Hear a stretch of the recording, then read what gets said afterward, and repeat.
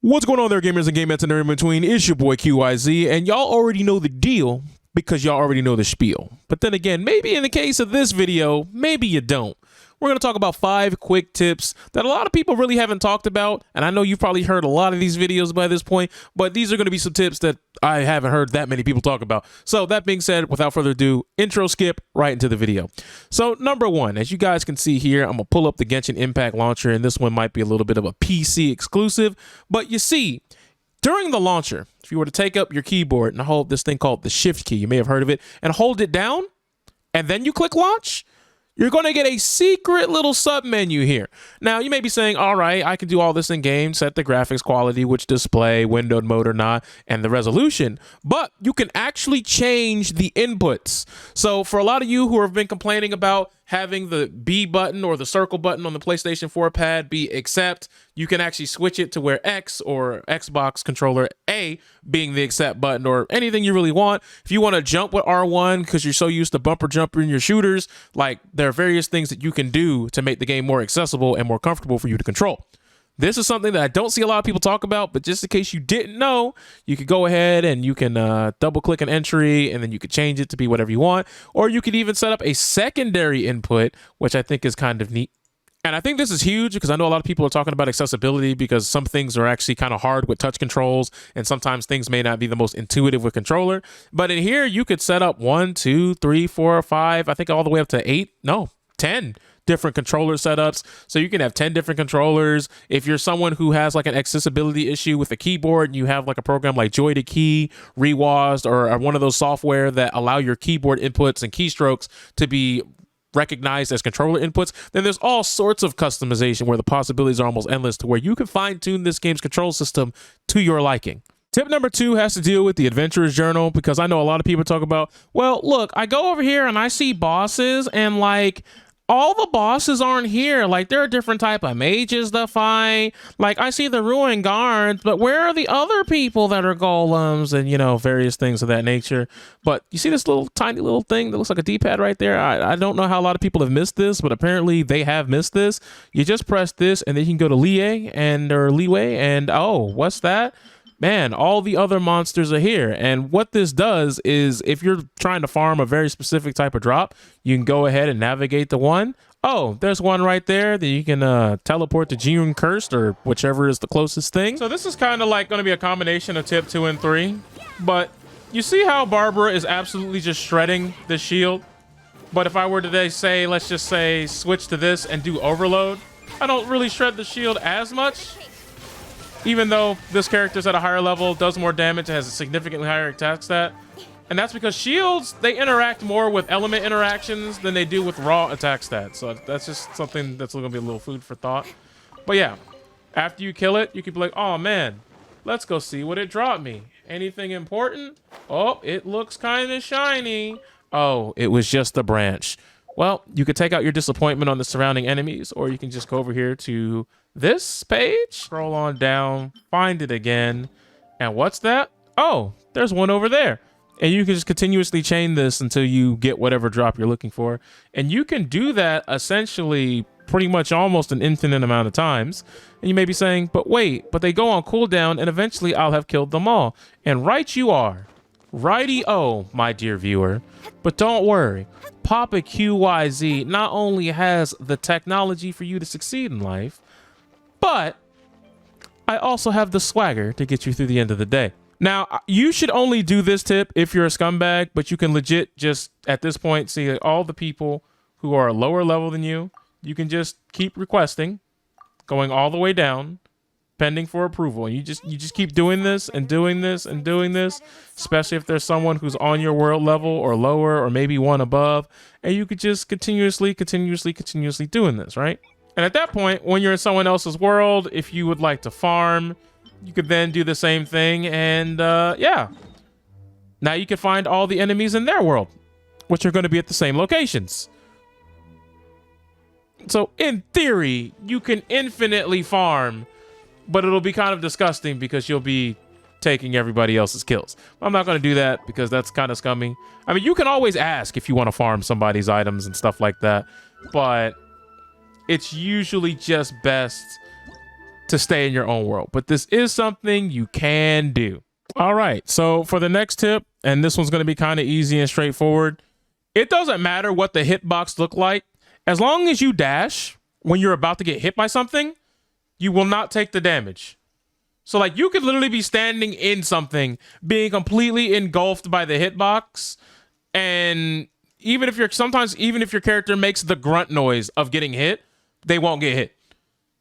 So especially in Spiral Abyss, there's going to be a lot of characters you don't want to get hit by. Like as you saw, like that thing was all up in my grill, yet somehow I was able to not get hit by it. And this works for projectiles, this works for lasers, it works for big lunge attacks. Like there's a lot of things that you could dodge just by not playing the minigame. For example, these lasers, you could just dash through them, or you could just stand here and just not deal with this minigame at all. When you think you've done enough damage, he's going to recall them, then you could just get out, switch to an archer, get some shots in. Very easy, very simple thing to do. You could literally just like stand behind this pillar and like just not play the minigame. Like you don't have to play this minigame. It's not like this is a hard boss or anything, but you know, for some people, you know, they have seen them struggle with it. All right, guys, I believe this is tip number 4, and this is something that people on my stream were just like, what?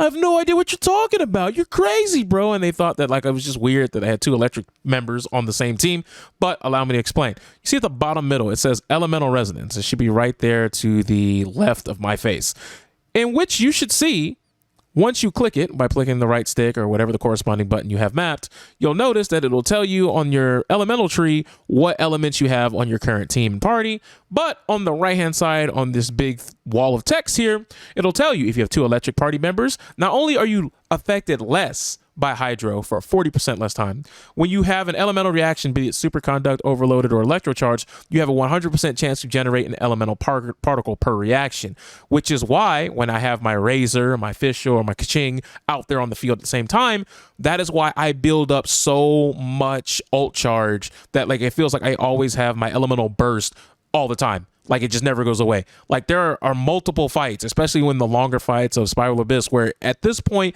it feels like any single time I get my ult, I'm still waiting for the countdown clock to reset, but it's already charged. And therefore I'm ready to go. As soon as it hits 0.0, I can push the button, yada, yada, yada, so on and so forth. And as you guys can see here, each element has synergy combos, whether it's going to be like Fervent Flames, which I think is also a really good one, because let's face it, if you have Bennett and you put down his ult, and then you have a Diluc or a Zhanglang in the middle of that ult getting a boost, it's a 25% boost on top of the boost that you're getting from Bennett.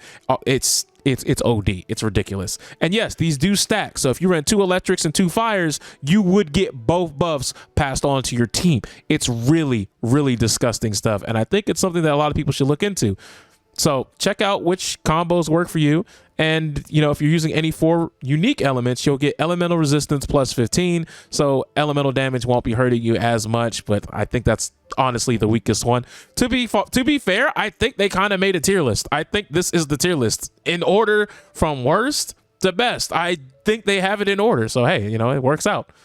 All right. So tip number 5 is going to be a little bit abstract, so to speak, because I see a lot of people talking about tier lists and which characters are really good and which characters are really bad. As far as I'm concerned, there's not a single terrible character in this game except for Amber. But we're not going to talk about that. That's neither here nor there. When it comes to these tier lists, sure, there are characters that are better than others, but there's so many variables in these situations, like how good was your luck getting weapons in the gacha? Do you have the right weapon? Do you have the right team composition? Do you have the one character that just so happens to make this other niche character shine? Like when it comes to tier lists, you can make a tier list off of characters at C0, C1, C2, C3, all the way up to C6. Because there are some characters who, you know, you may think that you wouldn't even take a second glance at, but once they start hitting C3, C4, C5, C6, they're looking like a top 5, top 6 character in the entire game. So there's too many variables for one to really call a tier list a de facto way to go, and, you know, looking at everything from a one-dimensional standpoint, because a lot of these characters like Bennett super slept on. Please support my boy Bennett. Look, I understand that he's a modest man by saying, I won't hold you back that much, and he hits himself in the head with a rock a lot. But if you can get past that, you are looking at the sleeper pick of the century. Especially someone's going to find a busted build for that character that's really just going to break the roof off, especially if you got him backed up by, as I said, aforementionedly a Diluc. But, you know, once again, I don't want to retread here. But these tier lists, don't look too deep into them. But sometimes it's very interesting to see what people might be thinking, if their opinions differ from yours.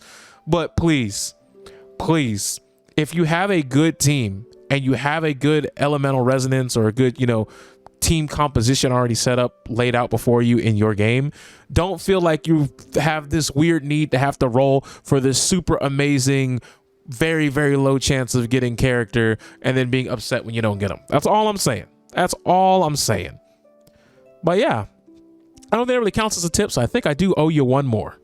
All right, so the last thing we're going to talk about is actually artifacts and upgrading artifacts, because it seems like it's almost a 1 in 10, 1 in 15, 1 in 20 chance somewhere within the ballpark there, where when you add materials and enhance and you level up, you'll get bonus experience. Like I got right there, you see the 2 XP bonus enhancement. I think the highest you can get is 5. So sometimes, you know, you may have something that's like, you know, it would level it up twice, but now you're going to get 5 times the experience. So now you're going to jump up a couple of levels. Now, that being said, every single time you advance 4 levels, so at levels 4, 8, 16, and yes, 20 for your 5-star artifacts, you're going to notice something kind of interesting. That's when you're going to get your new attribute. So you can have a maximum of up to 4 sub attributes on top of your main attribute. So I have attack percent, crit rate, and HP, but I could get attack plus again, or crit rate, or, you know, crit damage. So on the next level up, we should be getting our new attribute, see? And at that point, we get our new stat, which was defense, which kind of sucks, but that's how upgrading your artifacts work. So if you're deciding that you want to invest in an artifact because it has a nice base stat, but then you realize you got like defense, HP, and things you don't need, no reason for you to keep investing into it. Just go out, find another artifact somewhere out there in the field, and at that point, then do your reroll. That way you don't invest super deep into an artifact that might be trash, like this one kind of turned out to be. I mean, this one isn't terrible, but, you know, it's definitely not the best. And at that point, then you can just go ahead and reroll. Now, when you're at 4, and you are able to still level it up. I can't level it up because it's a blue artifact, so it's only going to cap at 12. But when you get to 4 attributes, you can only have 4 attributes. So at level 16 and at level 20, what is going to happen is any of these buffs down here, any of these sub attributes have a chance to get buffed again. So like attack rate could go from 2.5 to like 3.3, or crit rate could go to 2.4. HP can go to like 195, 200, you know, et cetera, et cetera, et cetera. Same thing every 4 levels. So yeah, I think with that said, I think that's anywhere from 4 to 7 tips. So I think we're just going to call this 5 tips that you should know if you're playing Genshin Impact. But yeah, you already know what to do. If you like the video, hit the bell, subscribe, sit back, leave a comment. Tell me what you think. What type of other Genshin Impact content would you like to see coming to the channel? Because there's plenty of it that's going to be coming your way. And yeah, I've been your boy QYZ. And just a reminder, have a great day and even better games. I'm out.